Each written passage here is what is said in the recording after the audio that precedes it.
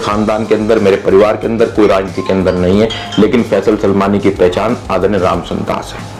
ये स्कॉर्पियो एक विधायक बन जाए तो पूरा का पूरा खानदान ही वो हो जाए, और उन्होंने अपना जीवन बसर किस तरह किया है हमें पता है, हमने देखा है। उस टाइम का वाक़ा था कि मैंने सोचा कि आज उतार के उन्होंने मुझे दे दी, अब मैंने ले ली और मैंने तोड़ के जेब में रख ली कि आज तो भाई 200 रुपये आ गए, मजा आ गया।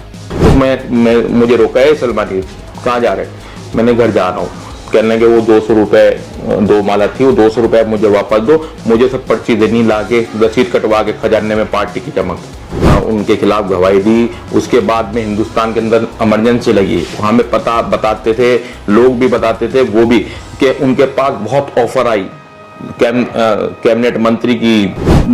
इतना मतलब जिस आदमी ने एक कमरे के अंदर अपना जीवन बिता दिया हो, पार्टी कार्यालय के अंदर, आज लोगों को एसी के कमरे चाहिए, बड़ी बड़ी बिल्डिंगें चाहिए, बड़ी बड़ी कोठी चाहिए। उन्होंने एक फोल्डिंग पर अपने एक छोटे से कमरे में अपना गुजर बसर किया रामचंद्र दास जी ने। लेकिन कभी भी मैंने देखा है कि नेताजी को उन्होंने कभी मुलायम सिंह नहीं लिखा, आदरणीय नेताजी लिखा अपने लेटर के अंदर। और जिला का अध्यक्ष रशीद साहब को बनवाने दो, वो पावर एक ही है।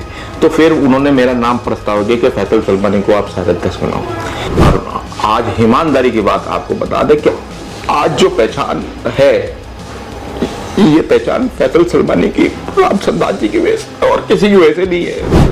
नमस्कार, स्वागत है आप सभी का बीजीटी न्यूज नेटवर्क पर और मैं हूं आपके साथ विपिन चौधरी। चौधरी रामचंद्र दास उत्तर प्रदेश की राजनीति में एक बहुत बड़ा नाम रहे हैं। चौधरी रामचंद्र दास 2 बार विधायक रहे और समाजवादी पार्टी के आजीवन प्रदेश अध्यक्ष रहे। आज भौतिक रूप से वो हमारे बीच में नहीं है, लेकिन उनकी यादें उनके समर्थकों के बीच में आज भी जिंदा हैं।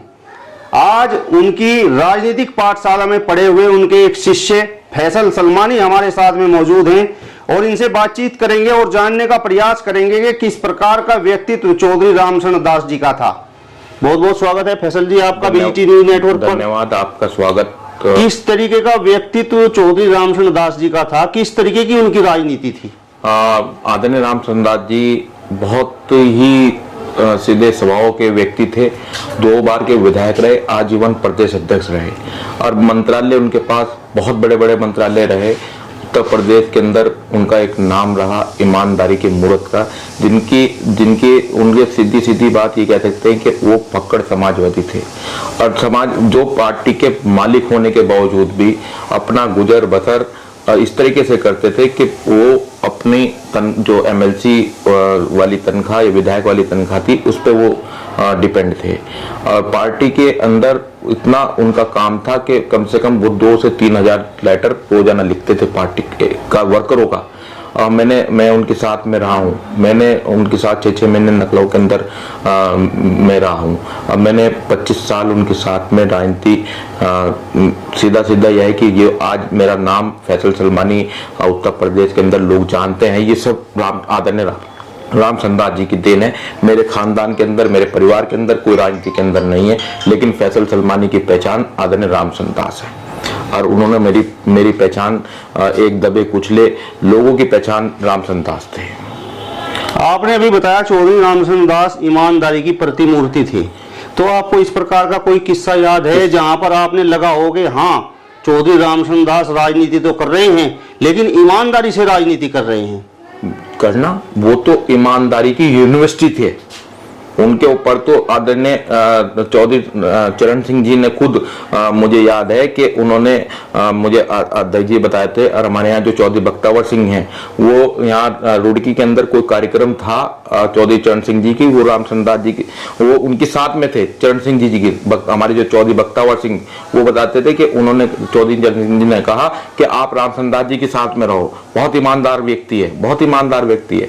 तो रामचंद्र दास जी बहुत ईमानदार, उनसे तो सादा जीवन कोई बिता नहीं सकता। जो आदमी कभी अंडा मछली किसी तरीके को सेवन आज तक नहीं किया, सिर्फ दाल पे। मुझे याद है जब यहाँ पीडब्ल्यूडी गेस्ट हाउस में आते थे तो वो ठहरने का, अब मंत्री होने के बावजूद भी, विधायक होने के बावजूद भी, वो यहाँ का बिल पे करके जाते थे हमारे सामने।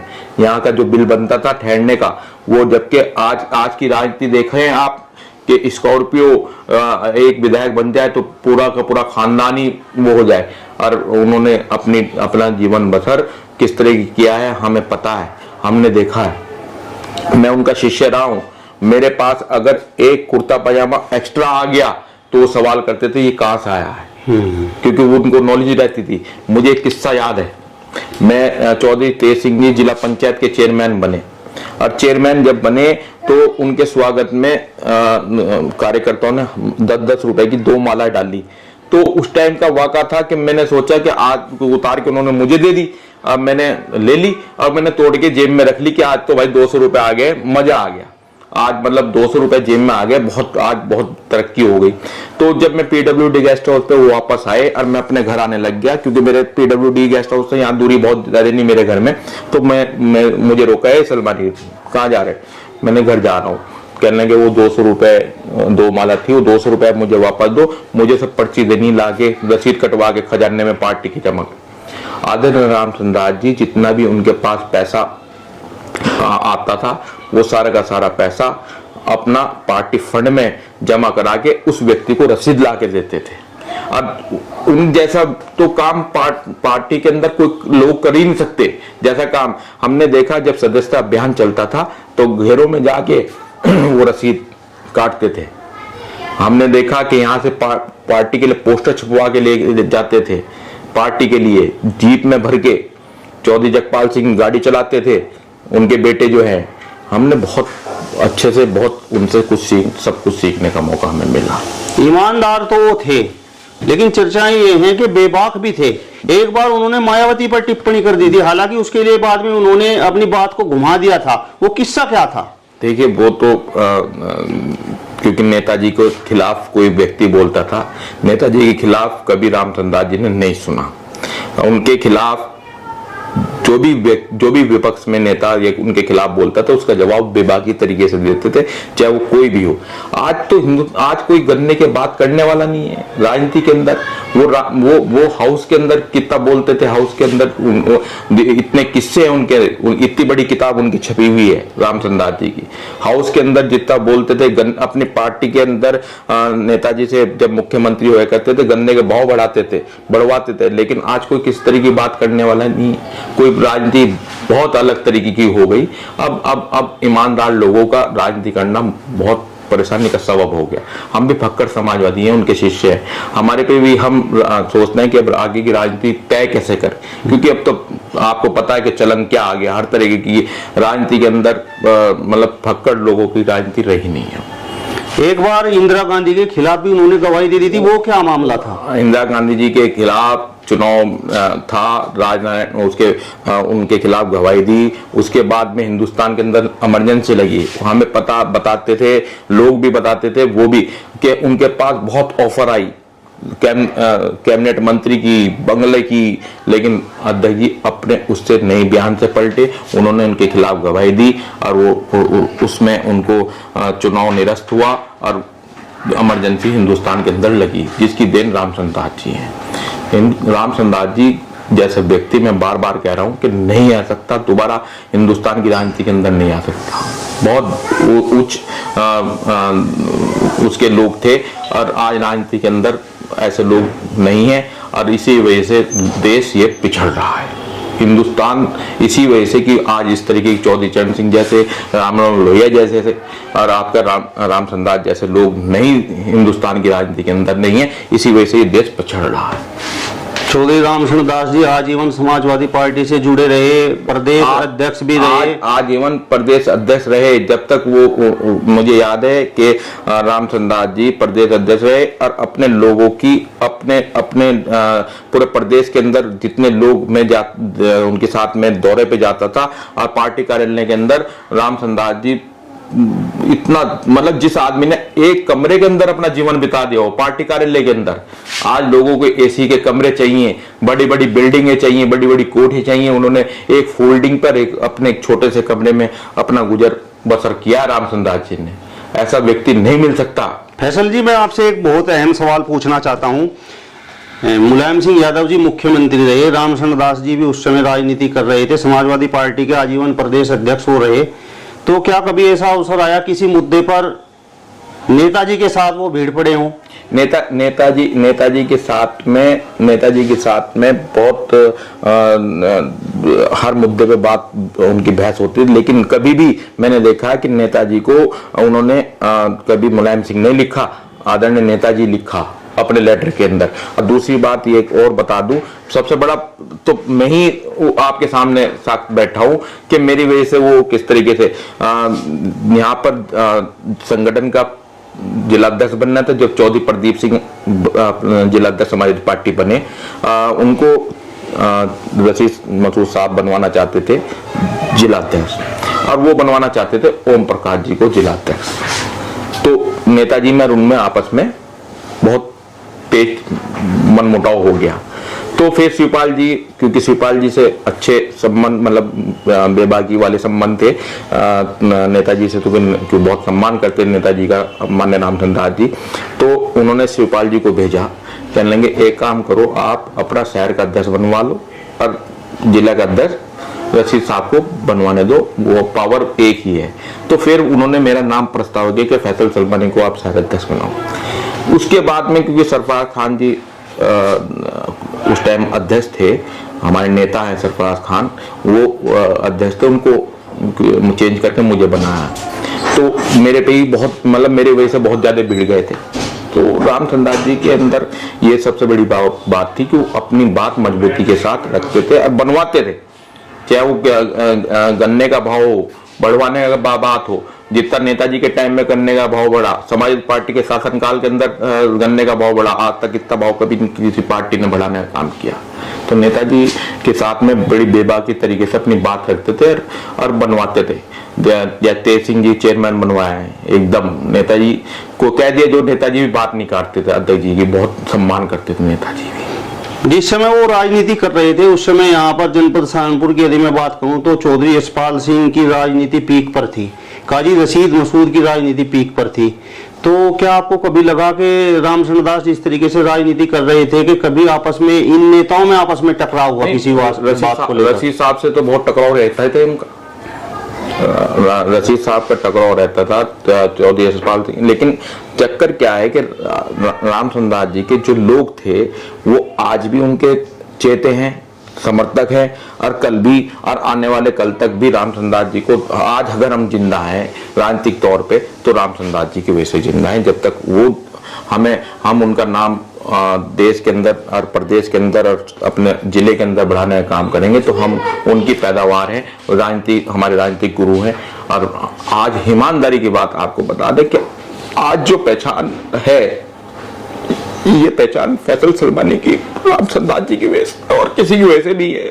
दबे कुचले लोगों को मेरी औकात नहीं थी कि मैं राजनीति में, ये रामचंद्र दास जी की देन है, उन्होंने मेरी पहचान कराई। फैसल जी आप भावुक मत होइए, देखिए तो सृष्टि का नियम है, जो इस संसार में आया है उसे एक न एक दिन जाना भी है। तो अब मेरा सवाल आपसे ये है कि जनपद सहारनपुर की, क्या मैं यदि उत्तर प्रदेश की बात करूं तो वो तो राजनीति की पाठशाला रहे, तो उनके सामने कौन कौन से वो स्टूडेंट रहे, वो विद्यार्थी रहे जो उनके सामने पढ़कर आज राजनीति में चमक रहे हैं? देखिए, राम सकल गुर्जर नाम मेरे सामने है, रामा से विश्वकर्मा है, हमारे यहाँ एक राणा MLC रहे वो हैं, मतलब उनके तो अनगिनत लोग अनुभव, माने शिवपाल जी के साथ में वो उनका बहुत बड़ा गठजोड़ रहा है, उन्होंने हमेशा बढ़ाने का काम किया है, उनसे लोग सीखते थे। हाउस में कैसे बोला जाए, हाउस के बोलने का काम रामा से विश्वकर्मा जी MLC रहे, उन्होंने बहुत कुछ सीखा रामचंद्र दास जी से, आनंद रामचंद्र दास जी ने बहुत कुछ सिखाया। यहाँ बहुत लोग ऐसे हैं उत्तर प्रदेश के अंदर जो उनकी लगाई हुई पोत है, बहुत, और उनका बहुत बड़ा नाम रहा है। लेकिन यह है कि हम खाटी समाजवादी हैं, रामचंद्र दास जी के शिष्य हैं।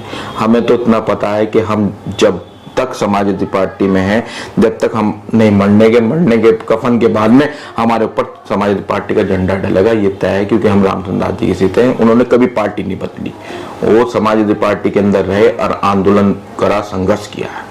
राजनीति का बड़ा नाम चौधरी रामचंद्र दास जी रहे, लेकिन यदि उनके परिवार की मैं बात करूं, उनके बच्चों की बात करूं, तो आज तक वो कामयाबी मिल नहीं पाई। देखिए, आदरणीय रामचंद्र दास जी ने कभी परिवारवाद को बढ़ावा नहीं दिया, उन्होंने हमेशा जगपाल भाई हैं, इतना संघर्ष करते हैं पूरे।